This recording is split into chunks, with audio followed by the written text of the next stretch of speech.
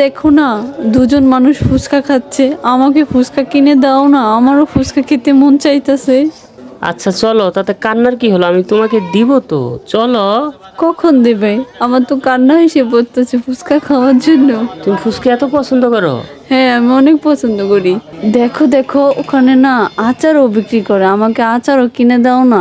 তোমার কাছে এত বারবার কম লাগে কেন যে আমাকে এটা কিনে দাও ওটা কিনে? তুমি তো জানো মেয়েরা এগুলো খেতে অনেক পছন্দ করে। আচ্ছা চলো, তোমাকে দিব, আসো।